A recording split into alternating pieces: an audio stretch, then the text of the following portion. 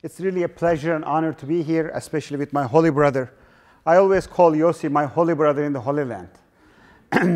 And Rabbi David and all the organizers, it's really a distinct pleasure and honor to be here. But also, it shouldn't go unnoticed. When you invite a Muslim, you get the Yom Kippur crowd. So it's good for business.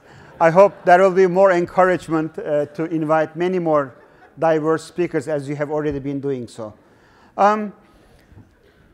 My journey with my holy brother in the Holy Land is really an important one, and I am eternally grateful to my mentor, my friend, my teacher, Yecheskel Landa, who's in the audience today. When I came to Hartford Seminary as a graduate student, I took his class, and he assigned Yossi Klein Halevi's one of the least successful books. In the history of publishing. In that book, Yossi, in a post-First Intifada, made incredible journeys to the world of Islam and Muslims, as well as Christianity, where he visited Muslim worship spaces, mosques. He visited various Palestinian Muslim communities, both in West Bank and Gaza. He wanted to understand his neighbor's faith tradition.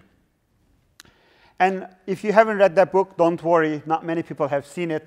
But I was one of those lucky ones, as we say in Islam, Baruch Hashem. Got my hands on it through this incredible mentor of mine. And it came in response to my prayers, because as I often introduce myself, I am a recovering anti-Semite. I am a recovering anti-Semite because I grew up in a country and society in 1980s in the southeastern part of Turkey. Very early on, I was subjected to incredibly despicable but successful, sophisticated propaganda. Before the age of 15, let me tell you 3 books that I read about Jews and Judaism. The first book I read at the age of 12 was the children's versions of the Protocols of Elders of Zion, the children's version. And the second book was Henry Ford's International Jew. And of course, the third book was Mein Kampf. So before the age of 15, you get sufficient amount of poison into your system. And again, Baruch Hashem, God of mercy and compassion, didn't allow me to stay in that state of poison and hate. What saved me is 2 things. One, I went to madrasa to become an imam. I became very religious. I studied Quran, I studied mainstream Islamic theology. And over time, the Islam that I study, the Prophet Muhammad that I fall in love, I couldn't reconcile with the kind of poison that I have swallowed. And I say poison, I'm not exaggerating. It's not like having negative views against Jews and Judaism. There were a number of years I was so passionately and in clarity made to believe that the Jews as people, Judaism as a religion is absolute evil, irredeemable evil. And therefore, and if you are exposed to that hate, that level of hate early on, it gets into your system so deeply that that's why I am saying I'm a recovering one. Because the recovery from that amount of poison early on requires lifelong struggle, lifelong journey. And even though studying Islam slowed me down in that highway of hate, what ultimately made me took the nearest exit and drive in the opposite direction was meeting with people like Yossi, Yecheskel, Rabbi Michael Goldman, who is also in the audience, who enabled me to see the beauty and the joy and the presence of God in Judaism, among Jewish communities, in their stories. When I read Yossi's ability to make those incredible journeys to the world of Islam his incredibly powerful, respectful language to my religion, the way he revered the beauty within my tradition. I was at the very important juncture of my recovery. And I immediately wrote to him and said, I want to reciprocate. The kind of journey that you made to the world of Islam, I want to make a similar journey to the world of Jews and Judaism. And let him now continue the story. But before he does, I want to understand what made you even pick up a book like his. Was there some turn that happened because you just got older? What suddenly made you recover as you Studying Islam, as I said, really shook me up. And I tried to read anything and everything which will help me in my recovery from there on. But being in the class of Yechezkel Landau, it was just a blessing. I don't think I would have gotten his book, and I would have gotten to know him, because they are good friends. They've been together for many, many decades. It was in the class that I took for Jewish spirituality and interfaith peace building that Yechezkel assigned that book to us. That's how I read. And it made an incredible impact on me. Good evening, everyone. And Abby, it's wonderful to be back with you. And so when I get this email from someone I didn't know with this strange name, Abdullah Antepli, and he introduces himself as a Turkish-born imam. And he said, I'd read your book, and you know the writer's joke, oh, you're the one? And it actually wasn't that far from the truth. One of the reasons for why this book earned its place in publishing obscurity is that the publication date was September 11th, 2001. And that was not an auspicious date to come out with a book about Muslim-Jewish reconciliation. The book was called At the Entrance to the Garden of Eden. It's actually being re-released, God willing, this coming year. Hope springs eternal. So this email that I get from Abdullah really threw me, because Abdullah wrote me about how deeply he was touched by this book. And the reason it threw me is that I had emotionally distanced myself from the book by this time. For several reasons. First of all, because it really was such a resounding failure, and you have to really move on to the next project. But more deeply, because of the timing. Not only did it come out on 9/11, but that for me was a kind of metaphor for a much deeper trauma as an Israeli, which was the Second Intifada. And the book came out at the height of the suicide bombings. And like most Israelis, my reading of what had happened with the failure of the Oslo process was that Israel had made a sincere effort in the year 2000 with former Prime Minister Barak to end the occupation. And what we got back in return were the worst years of terrorism in our history. So what was so shattering for most of us in Israel, and this is something I think that American Jews have not fully internalized, which is how the Second Intifada was really an historic watershed. It transformed Israeli politics, psychology for a generation, and we're still seeing the reverberations of that. And so the book comes out in the middle of the suicide bombings, and Abdullah tells me how much he appreciated this book, and I really did not want to own that book anymore. And what I was worried about, in particular with that book, was that it would feed a certain well-intentioned liberal naivete. That, well, you see, here's an Israeli Jew who went on a journey into Palestinian society, and he had all these wonderful spiritual experiences. And I would get these emails from time to time, mostly from mainline Protestants, who told me how touched they were by the book. And I would actually get angry, saying, look what's happening every day in the streets of Israel. And don't tell me that peace is possible because I had a moving experience in a Sufi mosque in Gaza. So that's where Abdullah Antepli stepped into my life.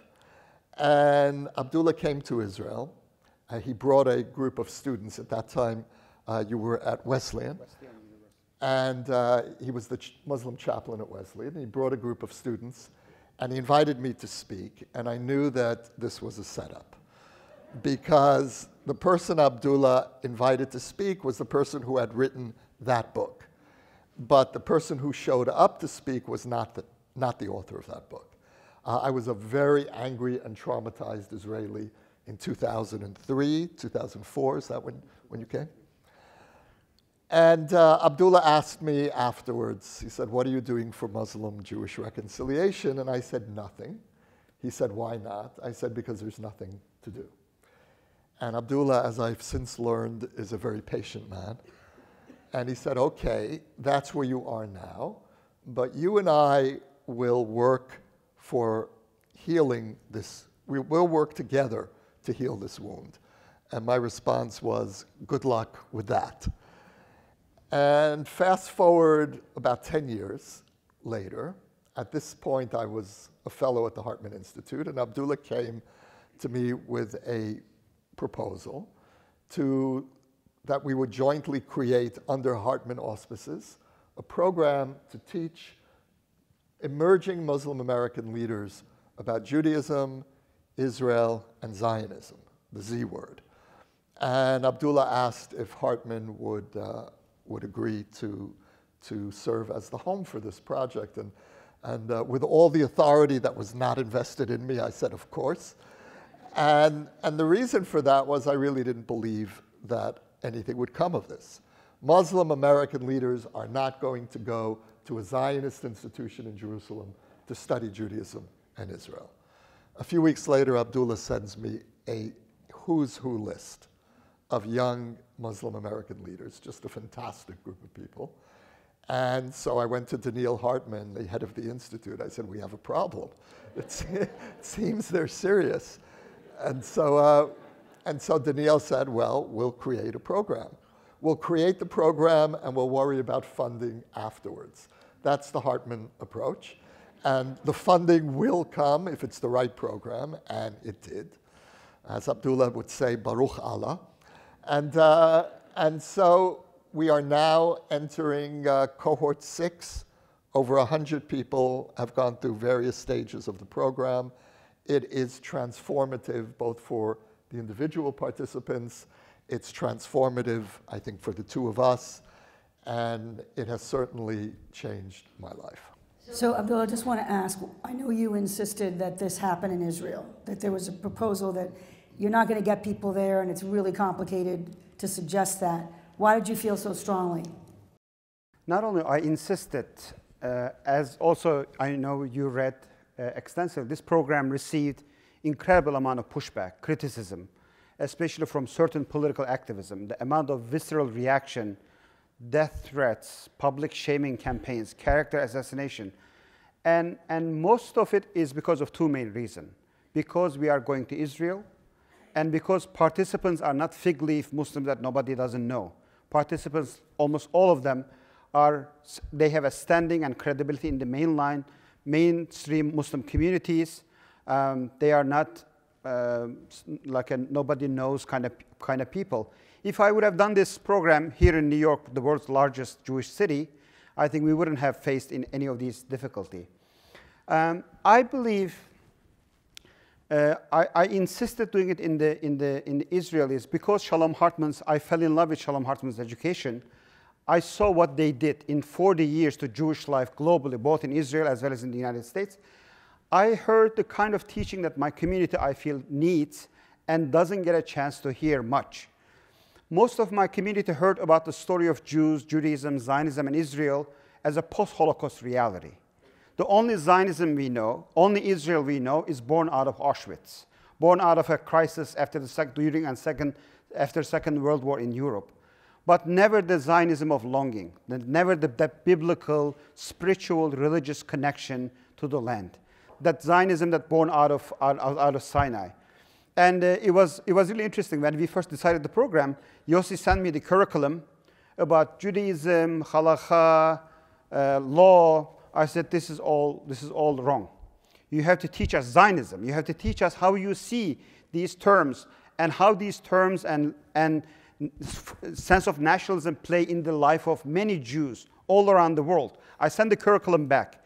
I said, you have to focus. This program is about, not about teaching Muslims about religion. Most Muslims have no problem understanding, appreciating, respecting to a certain extent, understanding Judaism as a religion.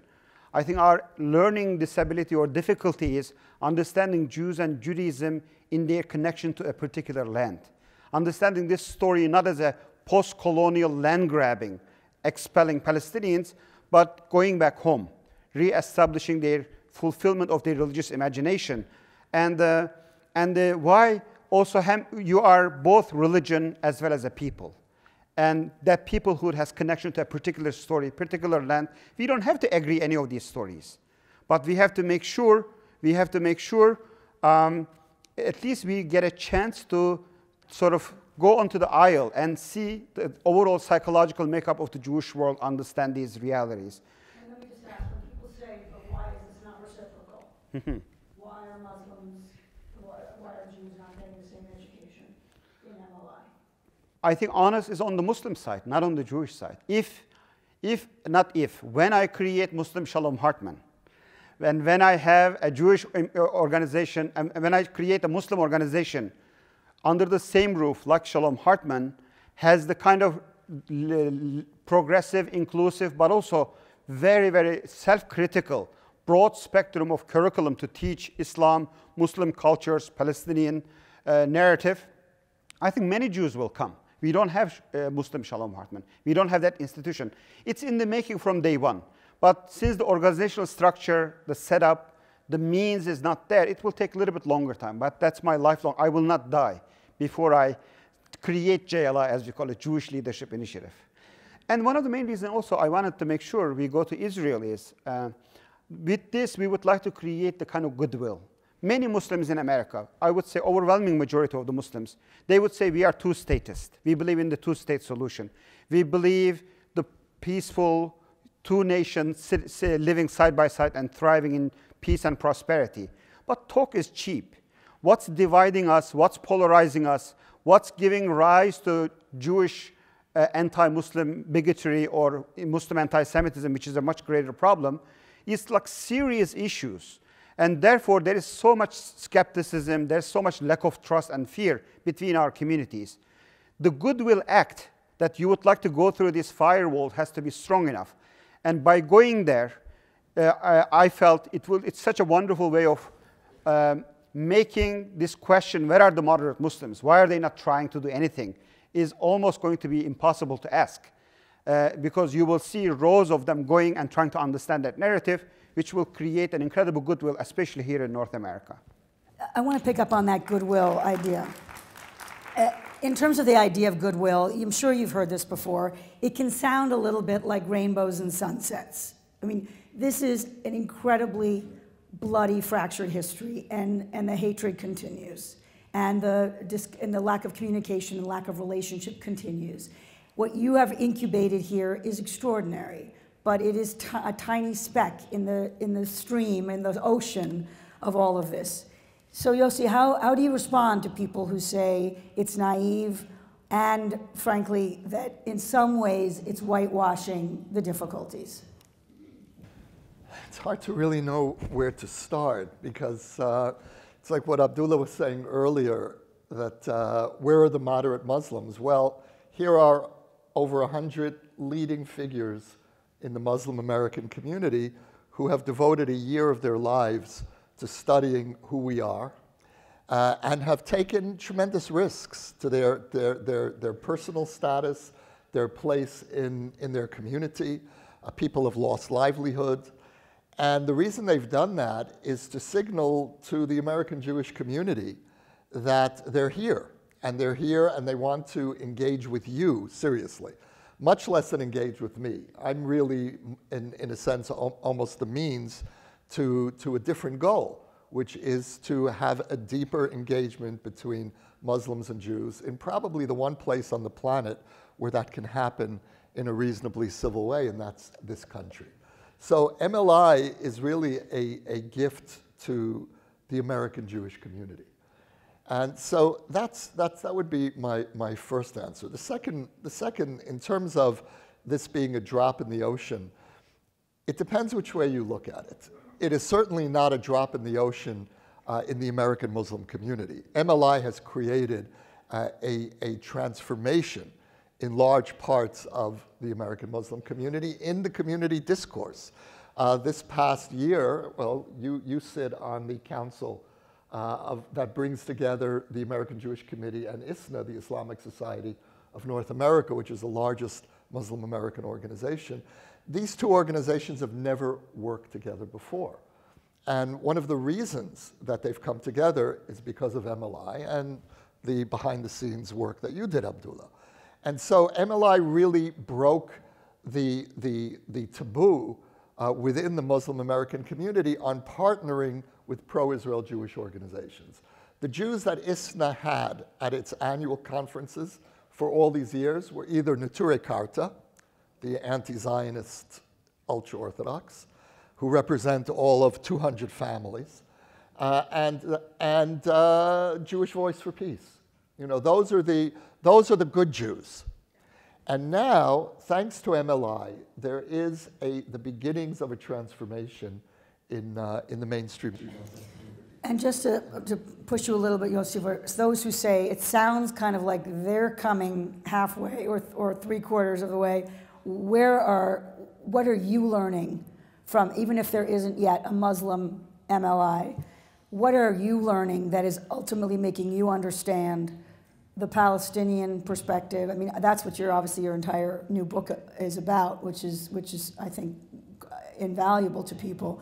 But where have you turned because of these conversations and this learning that's gone on? Well, the response that I described earlier to the response that I gave to Abdullah in 2004, which was I wanted nothing to do anymore with Muslim-Jewish dialogue. I thought it was a waste of time.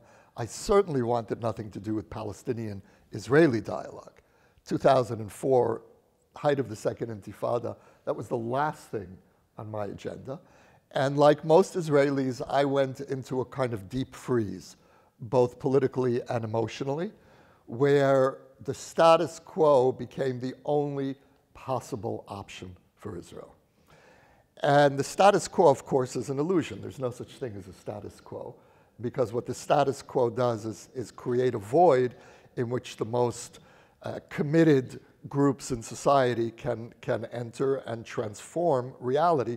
In our case, it's the settlement movement. The settlement movement has not been part of the status quo over these years of the deep freeze in Israeli society, and they've been very actively changing reality on the ground. But it was really the encounter with MLI, with Abdullah and his friends, that forced me to start seeing my neighbors on the hill across the way again. I live in a neighborhood called French Hill in Jerusalem, the very edge of Jerusalem, and the security barrier, which is a wall outside of Jerusalem, is literally across from my porch. And so every day I wake up and I go to sleep to the view of the porch. And I learned over those years to not see. I learned to look over the wall.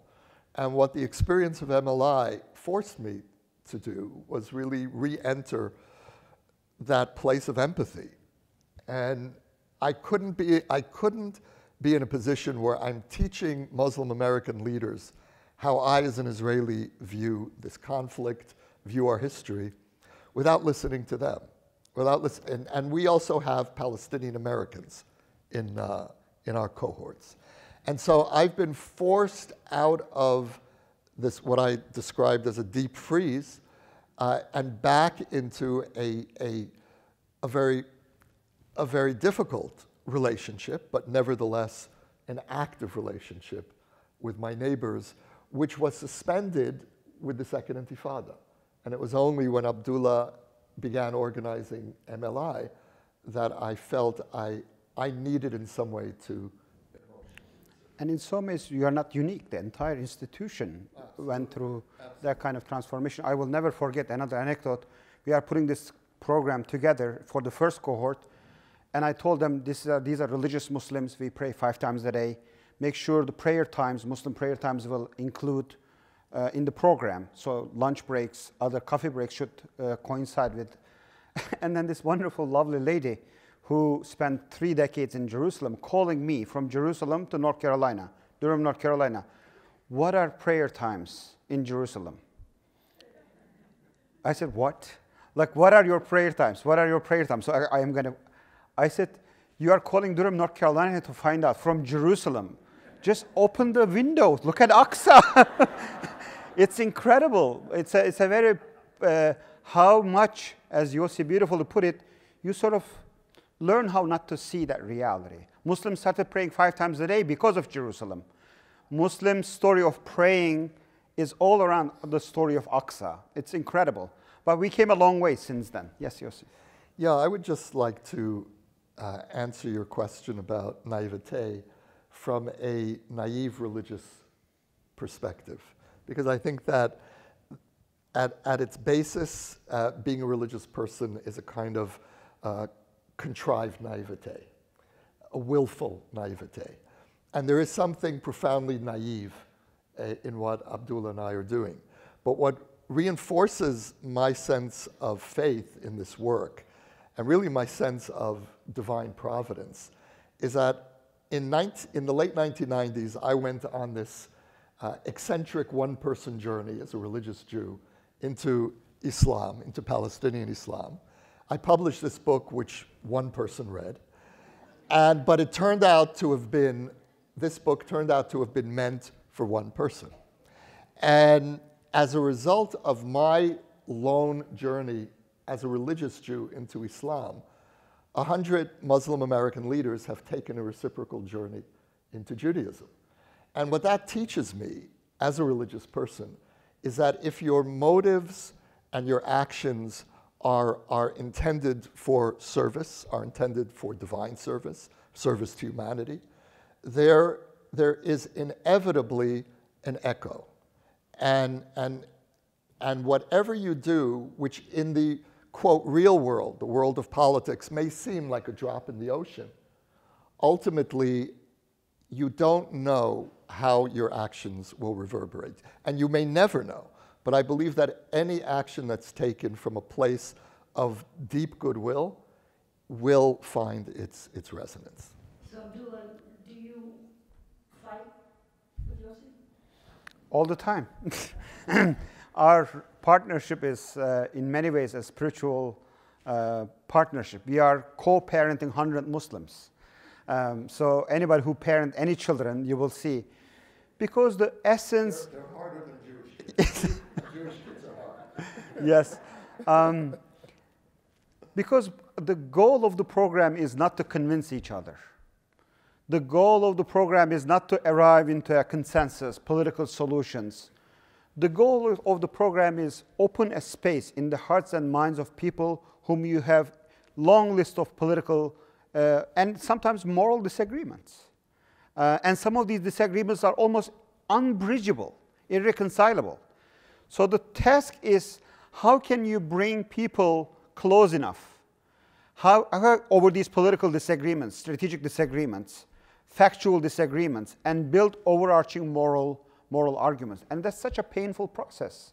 That's such a very painful process that you clearly look at the same reality and you see different things. Yossi and many people at Shalom Hartman and Israel look at Gaza and look at these people marching towards the fence, and they see a different kind of reality. And most Muslims like myself see different, very different, almost like a different, totally different reality. And therefore, that comes into incredibly painful disagreements sometimes. Yossi wrote a recent article at New York Times. Again, without losing, because I know he's a moral person. I believe and I testify his moral integrity.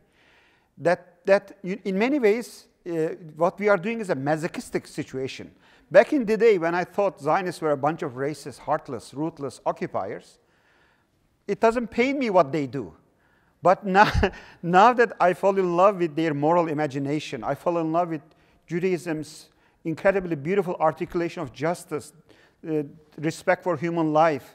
How can you see this differently then? Well, can we get a little more concrete about that? Because I mean, Gaza, we've just lived through it. This, We are still living it. right, but I mean, it's particularly this blow up around Independence Day and the anniversary.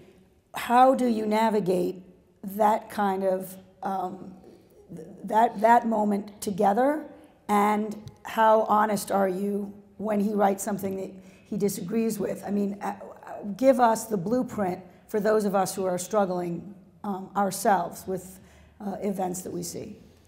We have been friends and partners since 2003. We are talking about 15 years of friendship. And we went through this, as you know, Middle East never ceases to provide this cycle of violence over and over. What really keeps us in relationship and friendship is that absolute clarity and trust that we were able to establish over time. Absolute trust that we are moral people.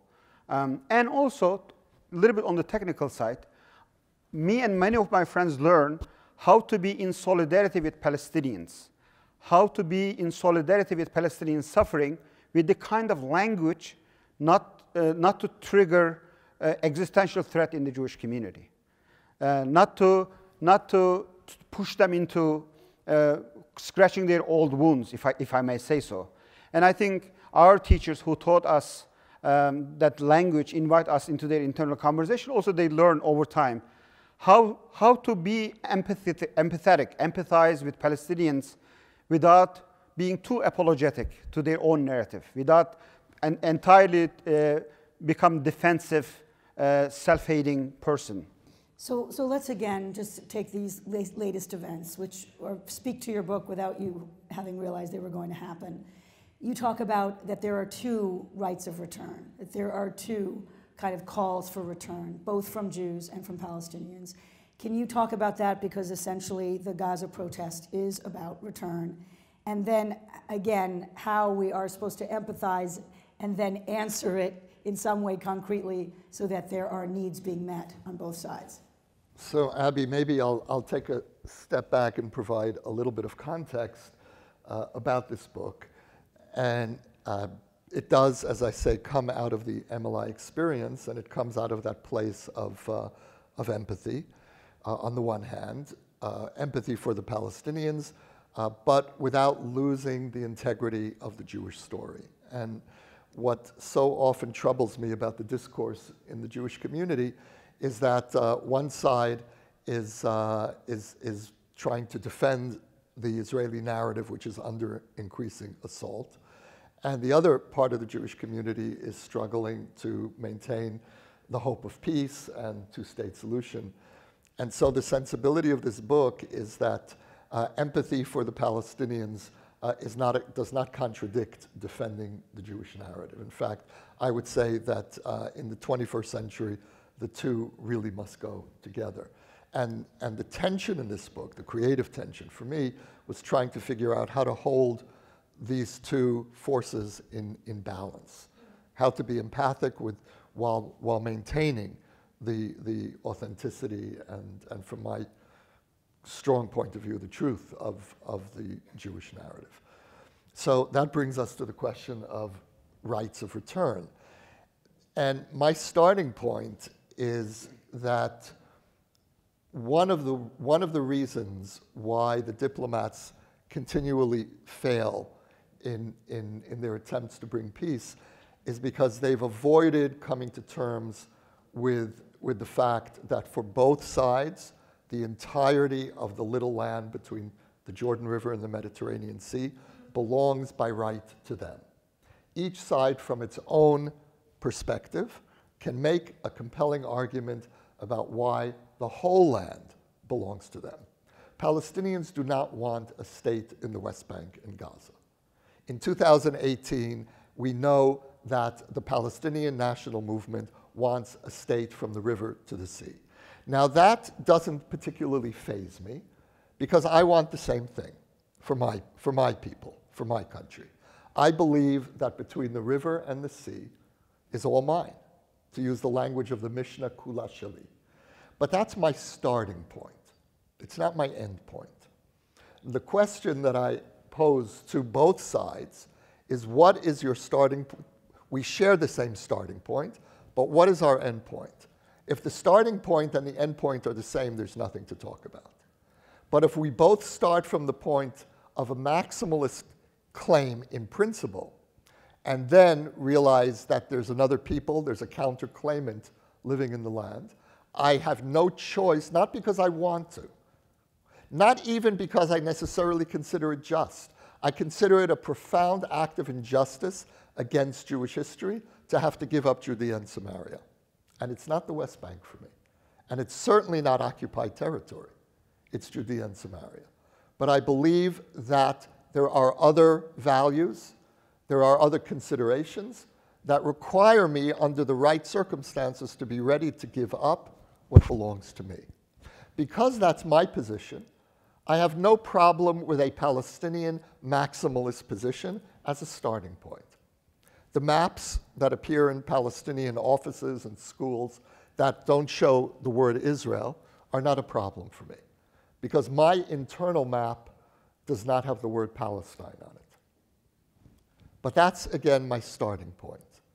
The question is, can we move from a maximalist theoretical starting point to a practical compromise, which will be an act of injustice against both sides? Partition, and this is what the diplomats, this is what the West generally has failed to understand about this conflict. Partition is not an act of justice. It's an act of injustice against both sides. But that in itself will provide a measure of partial justice for both sides. And given the circumstances, that's the only way that I can see navigating this. So when you write, we both live this land in its wholeness. We both love this land in its wholeness, and we both must do violence to that love. You mean that there has to be trade-offs and sacrifices? Yes, and I think that it's crucial that each side understands that the other is giving up something that it believes deeply belongs to them. Palestinians believe that what is today the state of Israel is their ancestral land. And I say, okay, that's right. The state of Israel is yours. The problem is that Hebron and Shiloh and Bethlehem are mine. And so what do we do with that? We can continue fighting for another 100 years, or we can return to the only solution that has been on the table almost from the beginning of this conflict, going back to the 1930s, which is a solution neither side wants, but it's the only solution. And Abdullah, I want you to say what you were going to say, but I just want to give you a chance to agree or disagree with that framework. It's not about an agreement or disagreement with me, because I'm not Palestinian and I don't live there. I am in North America. My ultimate loyalty is towards Islam here in the United States. And I would like to see a kind of Islam which is playing its own role, in helpful role, but not importing conflict from Middle East and constantly be seen as a or its relationship with the American Jewish community, North American Jewish community, is seen as if we are both proxies or foot soldiers of an international conflict somewhere there. What I celebrate in what Yossi said is, this is the first time for many of us validating the Palestinian narrative, validating that there is actually a legitimate narrative. I believe and agree, and even religiously can argue, ultimate justice is the most injustice that you could ever imagine. And there are values both in halakha and Islamic law is supersedes justice. Peace necessarily absolute justice. Peace by necessity, if you're going to talk about peace in general terms, it requires suspending part of the justice. There is no other way. I think if somebody says this is my beginning point, not ending point, for a Muslim, for a Palestinian, that beginning point is hurtful, unacceptable. But as long as it's a beginning point, that means there is a room for conversation. There's a room for negotiation. There's a room for engagement. Absolutely. And so, since one of the litmus tests is just a recognition of a Jewish state, and that many Jews, as you know, certainly in America, feel like as long as Palestinians don't recognize the right to exist, there is no conversation to be had. How do you respond to that as a threshold? First of all, I don't think I think through Shalom Hartman and MLI education, only then we were able to understand what that recognition request means, what that recognition request actually means, in what way that recognition is absolutely necessary, especially in the Middle East, but I would say even globally. When Jews and Muslims talk, there is not even a common language. When we talk, we don't even say the same thing. We don't mean the same things. What you say decoded in my mirror, in my world, differently than what I say in your mirror. I think that conversation is too far from one another, from where we sit. You cannot even bridge. In order to bridge that, you have to build into relationship. Why is that even a foggy? It's either, why is that not a yes or no? It is if you are a Palestinian living in occupied territories for so long, and if that's demanded of you, it doesn't come across as a fair demand to begin with. But for many Muslims living outside of that part of the world, like for a lot of Americans, they really genuinely believe they have no problem in accepting the legitimacy of the State of Israel. That's why they had no problem going there. That's why they have no problem devoting a year of their life studying at an Israeli Zionist institution. For them, it's not even a starting conversation. Many of my Shalom Hartman colleagues, including Yossi, they were surprised when the question is asked to them how puzzled they are. Of course, I never advocated death and destruction of anybody and everybody. But the problem is a lot more complicated. Yeah, I agree with Abdullah that it's difficult to expect Palestinians who are living under occupation to affirm our legitimacy. But I would argue with you in the sense that if you look at Palestinian society, you look at Palestinian media, we all know that there is a relentless campaign to deny the authenticity of Jewish history, our indigenousness in the land. And so it's one thing to affirm the legitimacy of your occupier. It's another thing to wage war against the authenticity of our story. And that is true in one way or another for most of the Arab world and by extension much of the Muslim world. And so what we try to do in MLI is tell the story of what we call the Zionism of longing, as opposed to the Zionism of need, which was the Zionism of existential crisis. And that's a story that we've all told very well. But in emphasizing the Zionism, as you said earlier, Abdullah, the Zionism of Holocaust, I think we do ourselves a deep disservice for several reasons. First of all, it no longer reflects the reality of Israeli society. A majority of Israelis come from families who left one part of the Middle East and moved to another, had nothing to do with the Holocaust. And this is something that's very hard, understandably, for the American Jewish community to internalize. A majority of Israelis today have no family relationship to the Holocaust. And more deeply, I think that by telling a Holocaust-driven narrative about Israel, we leave ourselves vulnerable to the anti-Zionist assault, because then Israel is a European colonial construct, or as the former Iranian president Ahmadinejad used to like to say, if the Holocaust really happened, then let the Germans create a Jewish state in Germany. And that, of course, erases 4,000 years of Jewish attachment. And you remember, Abdullah, on day one of cohort one, Daniel Hartman was teaching a class about Lech Lecha, the Torah portion where God tells Abraham, leave the land of your fathers, leave your father's home, and go to the land that I will show you. And somebody in MLI in the cohort raises his hand and says, so wait a minute, are you saying that you are in this land not because of the Holocaust, but because you have a 4,000-year connection to this land? So Abdullah leans over and whispers to me, Dayenu. Abby, if I may, I think we are making demands of each other as Jews and Muslims, and we are demanding respect that we haven't earned yet from each other. And we haven't done the pre-work yet. We are coming each other and demanding things of each other in the languages that we don't speak. There is no common language. I come and make demands in Chinese. You throw back demands in Vietnamese to me.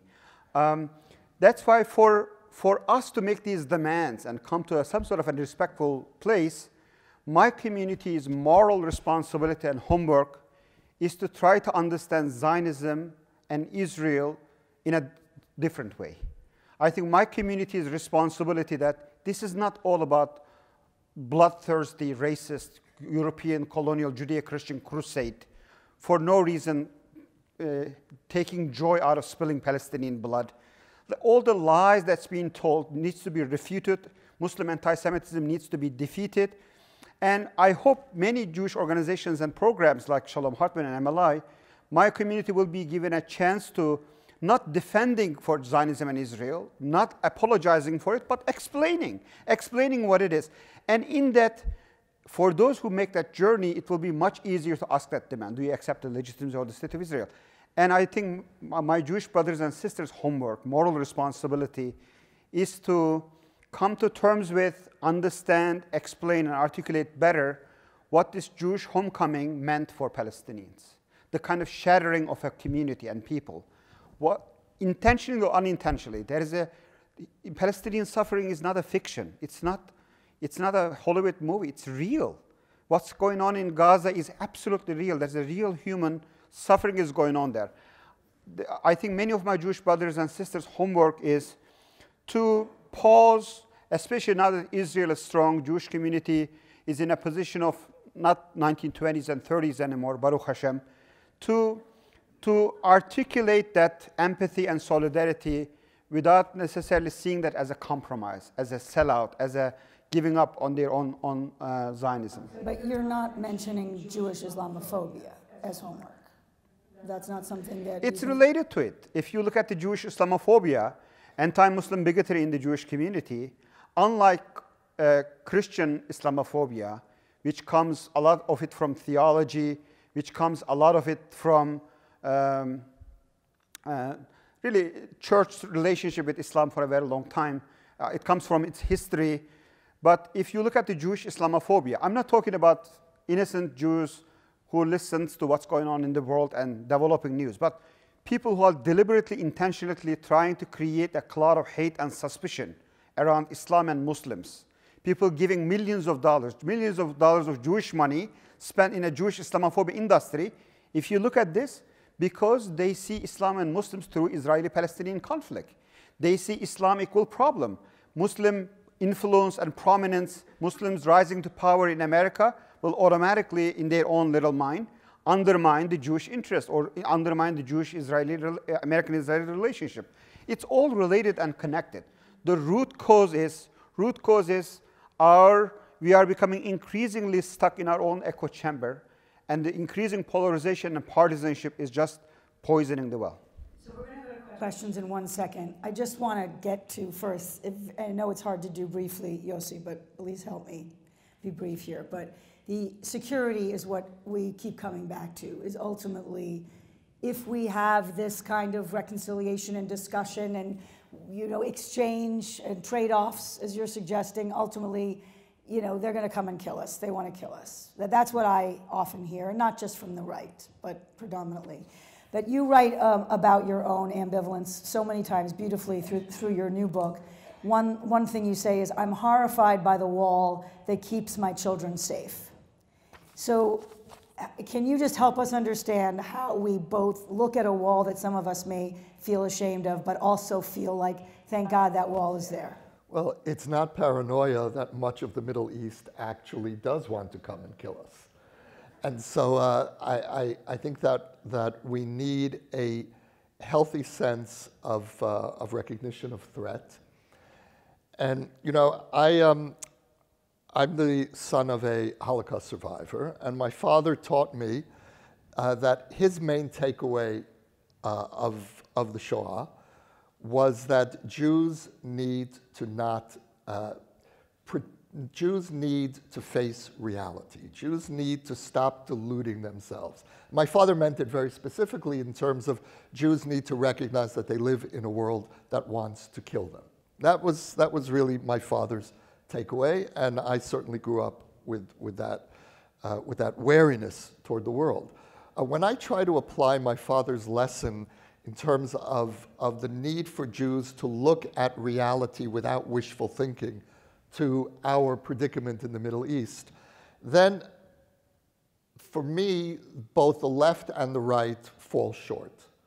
The left has consistently minimized the extent and the significance of the denial of our legitimacy in Palestinian society and throughout the Arab world, and the consequences of that denial on our ability to reconcile with the Palestinians. And on the right, there's a continuous denial of the occupation. And I hear this all the time when I speak to Orthodox or right-wing communities, and I speak about the occupation. They say, what occupation? We're not occupying. I served in Gaza as a soldier, and I know what an occupation looks like. And then I'll hear from the right letters to a Palestinian neighbor. There's no such thing as Palestinians. Well, I occupied them. I know they actually exist, and I know that they exist to the point where they were willing to sacrifice for their national identity, and they were willing to go to jail and to throw stones at soldiers. We had guns, they had rocks. So there's a tendency in the two ideological camps to fall into the very trap that my father really tried to warn me about, which is Jews have a primary responsibility, first of all, to look at reality without ideological blinders, whether on the left or on the right. And so that's my approach. And I think it's really the approach today of a majority of Israelis. And most Israelis today, or I would say 60% of Israelis according to polls, support a two-state solution in principle. And in practice, a strong majority believes that a two-state solution would not bring peace. It would actually lead to greater vulnerability. That's the situation now. And in that sense, I'm very much an ordinary, pragmatic Israeli. Where my experience with MLI has forced me to change, and what this book is really about, is that this is a book that's coming not out of a left-wing Israeli sensibility. And it may be the first book about peace that I know of that's written by an Israeli that's actually not a left-wing position. And my position is very centrist. It's very pragmatic. But I believe that to continue to cling to the status quo is to undermine the status quo, because there really is no such thing. If I may say quickly, nobody is naive. Neither Yossi nor I are hashish smoking peacenik people.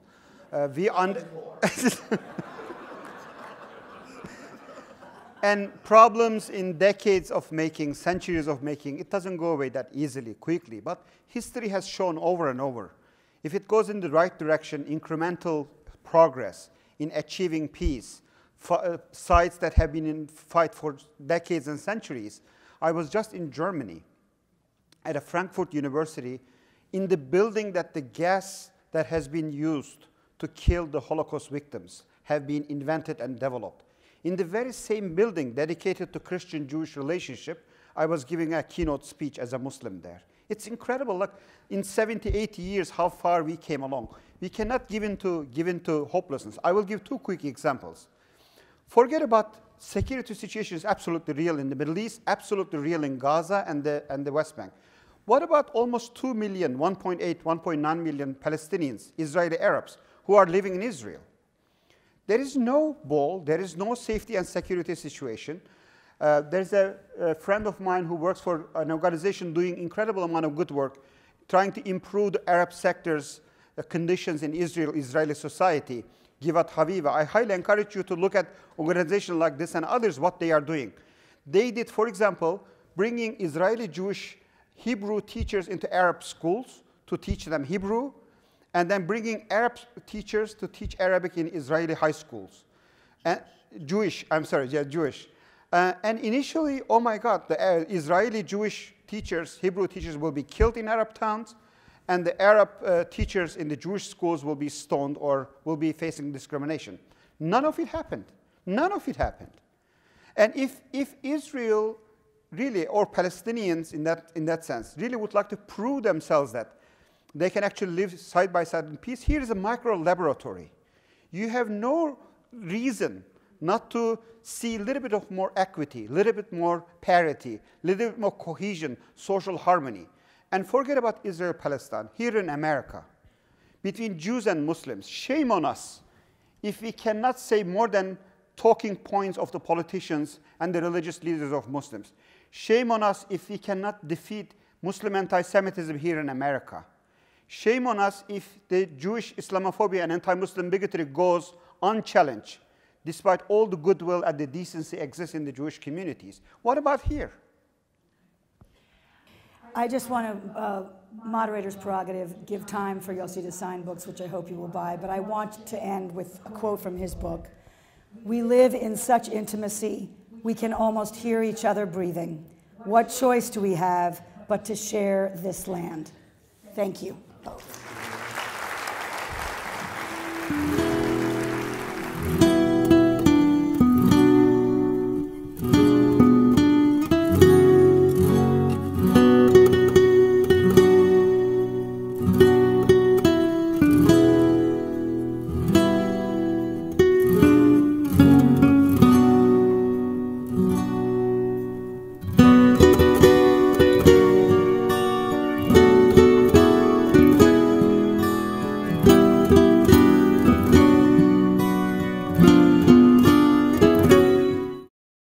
Be pleased to send a complimentary DVD of this program to anyone who wishes to support JBS with a tax-deductible gift of $36, double chai or more.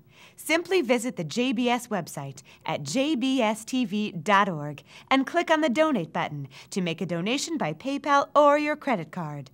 And please indicate the program for which you would like a DVD. Or you can send your tax-deductible check to JBS, P.O. Box 180, Riverdale Station, Bronx, New York, 10471. And again, please remember to indicate which program you would like to receive with our compliments. And we thank you for your kind support.